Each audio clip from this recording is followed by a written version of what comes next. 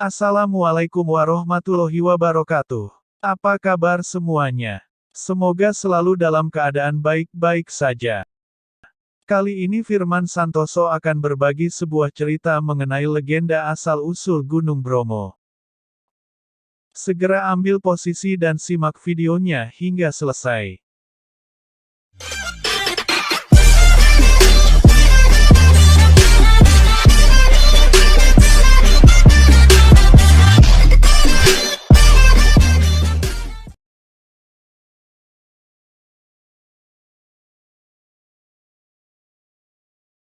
Gunung Bromo adalah salah satu gunung berapi aktif yang menjadi destinasi tempat wisata bertaraf internasional yang ada di Jawa Timur. Keindahan alam yang ditawarkan Gunung Bromo sudah tidak diragukan lagi. Seluruh wisatawan yang pernah datang ke tempat ini pasti mengakui bahwa Gunung Bromo adalah tempat terindah untuk mengabadikan momen matahari terbit yang spektakuler.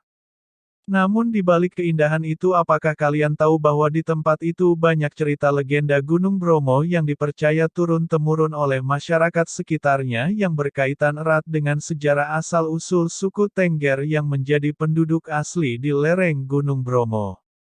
Suku Tengger adalah masyarakat asli yang tinggal di sekitar Gunung Bromo yang masih keturunan dari Kerajaan Majapahit. Pada masa itu terjadi perang di Majapahit. Untuk menyelamatkan diri, sebagian dari warganya melarikan diri menuju lereng Gunung Bromo dan Pulau Bali. Berdasarkan sejarah itu, maka banyak persamaan antara masyarakat Hindu Tengger Bromo maupun Bali.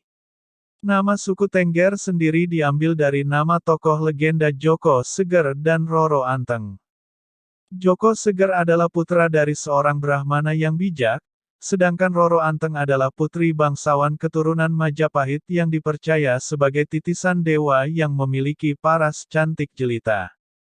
Singkat cerita, kecantikan Roro Anteng yang begitu terkenal hingga diketahui oleh seorang pertapa sakti berwujud raksasa yang dikenal dengan nama Kiai Bima yang tinggal di lereng Gunung Bromo. Kemudian pertapa itu datang ke rumah Roro Anteng dengan maksud untuk meminangnya dengan ancaman akan menghancurkan seluruh desa jika niatnya ditolak. Keinginan sang pertapa itu belum diterima oleh si gadis karena hatinya hanya untuk Joko Seger. Namun di samping itu si gadis merasa khawatir akan ancaman dari sang pertapa yang akan membinasakan seluruh desa jika lamarannya ditolak. Sang pertapa terus mendesak hingga akhirnya si gadis Roro Anteng membuat syarat kepada pertapa sakti untuk membuatkan danau di atas Gunung Bromo dan harus selesai dalam waktu semalam sebelum ayam jantan berkokok.